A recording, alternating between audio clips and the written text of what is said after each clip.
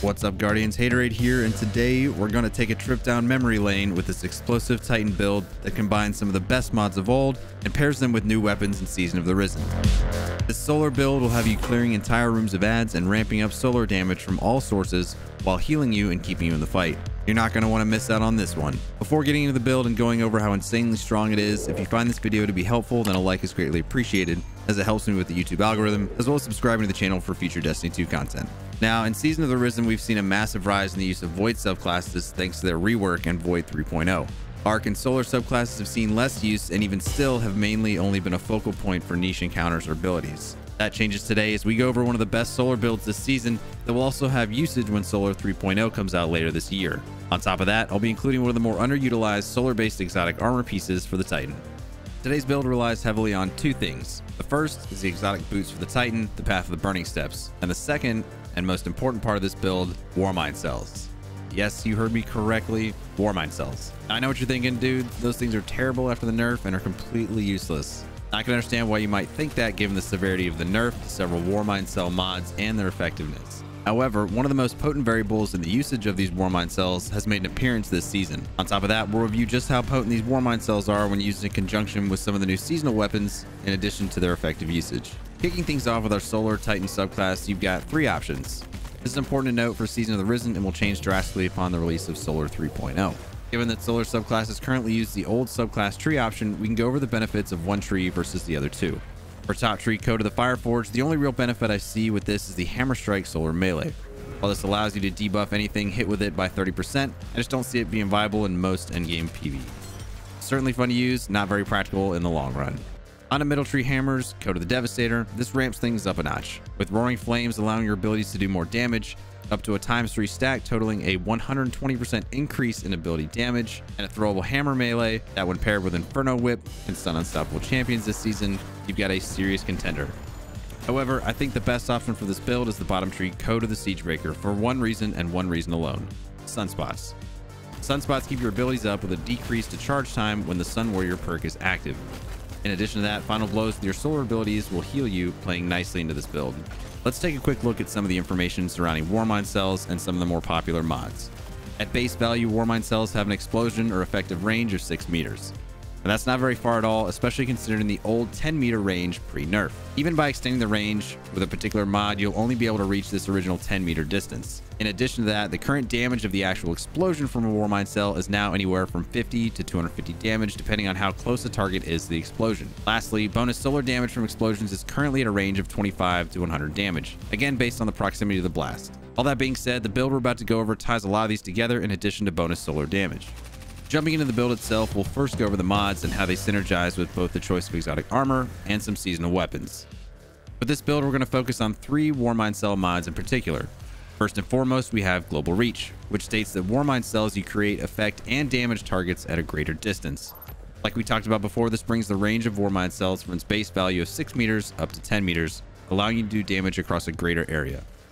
Next up, Wrath of Rasputin states that solar splash damage final blows have a chance to create Warmind Cells. This ties in the weapons we'll discuss later. Lastly, we have Rage of the Warmind, which adds solar damage to the explosions of Warmind Cells you destroy, which means that destroying targets with the detonation of one Warmind Cell can create an additional Warmind Cell. This creates a continuous chain of cells when used in conjunction with weapons that deal solar splash damage, especially in an enemy dense area. The remaining mods that complete this build focus on the creation of solar elemental wells. Explosive Wellmaker allows for the creation of solar wells when combatants are rapidly defeated with explosive damage. Pairing this with Well of Life will give you 10 seconds of constant healing whenever a solar well is picked up. You can now see how the use of the right Warmind Cell and elemental well mods together can create a build that inflicts devastating area of effect damage while also allowing the user to heal constantly. But wait, there's more. The exotic armor piece utilized in this setup is the often forgotten and underutilized exotic, the Path of the Burning Steps, with their intrinsic perk Firewalker stating that solar final blows periodically grant you an escalating bonus to weapon damage. You're harder to slow or freeze with stasis, and when you break out, you take no damage from doing so, creating a burst of solar energy around yourself. It's important to note that the buff from Firewalker ×3 gives plus 35% damage to all weapons for the duration of the perk and is not limited to solar weapons. While Warmind Cells are going to be a key component to this build, they're not your main workhorse. Instead, we'll be looking at two of the new seasonal weapons to aid in the creation of Warmind Cells. First up, we have the new Solar Waveframe Grenade Launcher, Explosive Personality. Warmind Cell users of old may remember our dear friend Martyr's Retribution, the currently sunset and only Solar Waveframe Grenade Launcher up to this point. It was a staple in most Warmind Cell builds, and Explosive Personality looks to take on that role to an even higher degree. The seasonal weapon found in the PsyOps playlist is currently craftable and can have some insane perk combinations. At the end of the day, the role you chase is up to you based on your playstyle. Me personally, I went with a stat monster that utilizes stats for all, increasing handling, stability, reload, and range for hitting 3 targets, and 1 for all, giving it a 35% damage increase for hitting 3 separate targets. These 2 perks synergize together, giving you a grenade launcher that can spam shots downrange and create Warmind Cells with the mods in this build.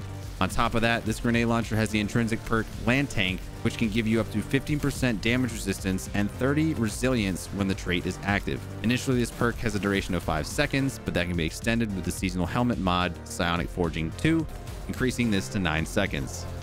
My second weapon of choice for this build, and one that can see more play across the board, is the new exotic Waveframe Grenade Launcher, Dead Messenger. This hard light and grenade launcher form can cycle between elements, and for the purposes of this build, will mainly utilize its solar element typing. With the perk Trinary Vision, the Dead Messenger will shoot a fan of 3, yes that's right, 3 waves of energy when making contact with the ground. In a sense, that triples the coverage area for both defeating targets and creating Warmind Cells. If that wasn't enough, with its catalyst, the Dead Messenger gets the perk Turnabout, which, when breaking a matching elemental shield, gives you an overshield. Now, Explosive Personality can roll with or be crafted with this perk, however, I feel there are much better options for that particular weapon. Regardless, both of these weapons make creating Warmind Cells with solar damage a walk in the park. One thing to note, there are plenty of other exotics you could pair with this for added benefits if you weren't wanting to gain an increase in weapon damage through an intrinsic perk. Something like the new exotic LORELEY Splendor Helm, which I've covered in a previous video, Phoenix Cradle, or even Precious Scars offer benefits that can shift up the style of play with this build. At the end of the day, use what works for you with some of the aspects of this build and let me know how you like it. With that comes the conclusion to today's video. I hope you enjoyed this build breakdown and learned something out of it. As always, I'll have the link to the dim loadout in the description if you want to take a look at everything laid out in front of you.